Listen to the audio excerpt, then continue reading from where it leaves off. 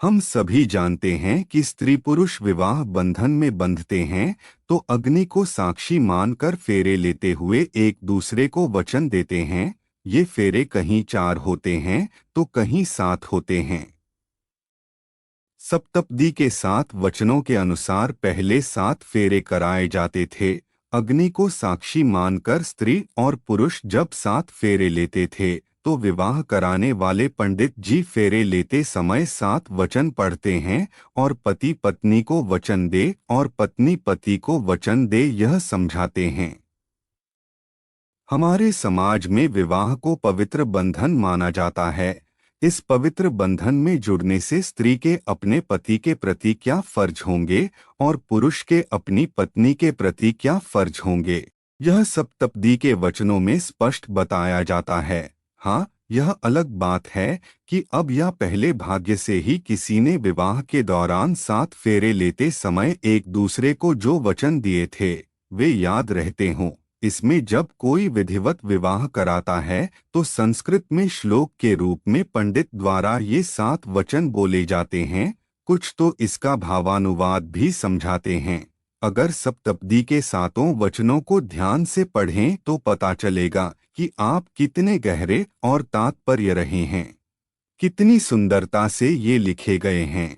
अगर हर जोड़ा अपने विवाह के समय लिए गए सप्तपदी के इन वचनों को हमेशा याद रखे तो शायद ही कभी एक दूसरे से झगड़ा हो।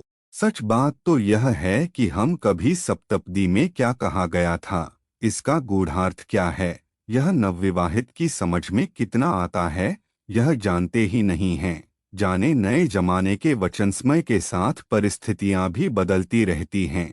वैसे तो सप्तपदी के 7 फेरों में बहुत कुछ आ जाता है, पर आज के युगलों को विवाह बंधन में बंधते समय इन वचनों में खुद कुछ बातें जोड़नी चाहिए। जब एक दूसरे के साथ हों तो मात्र एक दूसरे के साथ रहने का वचन, मोबाइल को अपना साथी बनाने के बदले एक दूसरे के साथ क्वालिटी समय गुजारने का वचन। मोबाइल के युग में ज्यादातर कपल्स डेट पर गए हों या एक दूसरे से एकांत में मिलते हों तब सेल्फी लेने में, सोशल मीडिया स्क्रॉल करने में और रील्स देखने में समय खराब करते हैं। इस वजह से तमाम महत्वपूर्ण बातें छूट जाती हैं। ऐसे में कपल्स में कम्युनिकेशन गैप होने लगता है। इसलिए सबसे बड़ा वचन साथ होने पर मोबाइल को महत्व देने के बजाय एक दूसरे को महत्व देने का वचन लें।